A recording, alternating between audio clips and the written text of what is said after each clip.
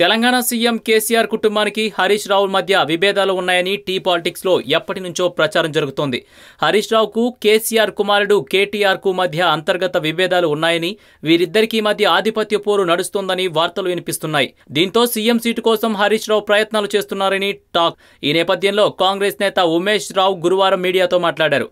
హరీష్ రావు మంచి నేత అని, ఆయన్ను కాంగ్రెస్ లోకి తీసుకొచ్చేందుకు ప్రయత్నిస్తానని చెప్పారు. హరీష్ రావు కాంగ్రెస్ లోకి వస్తే బాగుంటుందని ఆయన అభిప్రాయపడ్డారు. టీఆర్ఎస్ లో ముసలం ఏర్పడిందని, హరీష్ రావును పక్కన పెట్టే ప్రయత్నం చేస్తున్నారని ఉమేష్ తెలిపారు. హరీష్ రావు కాంగ్రెస్ లో చేరితే లాభం చేకూరుతుందని ఉమేష్ రావు తన అభిప్రాయాన్ని వ్యక్తం చేశారు. హరీష్ కాంగ్రెస్ పార్టీలో చేరతారని ఆ పార్టీ నేతలు గత కొద్ది రోజులుగా ప్రచారం చేస్తున్నారు. దీంతో ఈ విషయం టీ పాలిటిక్స్ లో చర్చనీయాంశంగా మారింది. దీనిపై స్పందించిన కేటీఆర్, హరీష్ రావు కాంగ్రెస్ లో చేరరని చెప్పినా కాంగ్రెస్ పార్టీ నేతలు దాన్ని వదిలిపెట్టడం లేదు. ఈ వీడియో మీకు నచ్చినట్లయితే లైక్ చేయండి, షేర్ చేయండి. మరిన్ని అప్డేట్స్ కోసం మా జనహితం టీవీని సబ్స్క్రైబ్ చేయడం మాత్రం మర్చిపోకండి.